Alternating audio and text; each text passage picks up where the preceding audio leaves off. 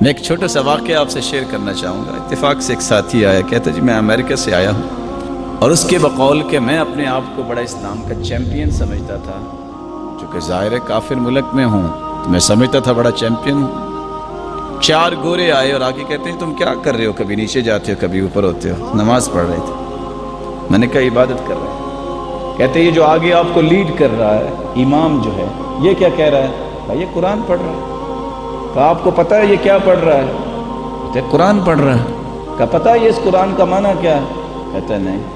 تو کیسے لوگ ہو تم، عبادت رب کی کرتے ہو، تمہیں یہ بھی پتہ نہیں کہ رب سے کہتے کیا ہو؟ تو میں نے خیر اس کو کہا اچھا ایسا کرو میں آپ کو امام سے ملاتا ہوں۔ انہوں نے کہا آج نہیں کل ہم آئیں گے۔ دوبارہ آئے، ان سے ملے۔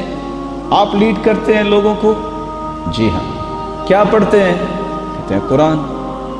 کہتے قرآن میں کیا ہے؟ کہتے جی معنی تو نہیں آتا۔ تم کیسے لیڈر ہو کہ تم لوگوں کو اللہ کی کلام سنا رہے ہو، تمہیں بھی پتہ نہیں ہے کہ اللہ تعالیٰ نے کیا کہا ہے، تم لوگ کیسے عبادت کر رہے ہو؟ ایسے تو یہ چھوٹی سی بات ہے، لیکن یہ بہت بڑی بات ہے۔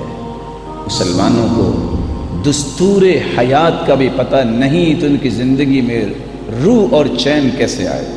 پراسپیکٹس ہاتھ میں آتی ہے، بچے کو ایڈمیشن دلوانا ہے، A to Z، جب تک اس کا سٹڈی نہیں کر لیتے، ایک ایک شک کو سمجھ نہیں لیتے، فیس دینے کے لیے تیار نہیں ہوتے۔ اللہ مالک الملک نے دستور حیات بنایا ہے تو قرآن کو بنایا ہے، اور اس قرآن کے پڑھنے میں امت اتنی پریشان ہو گئی ہے، کیسے پڑھیں؟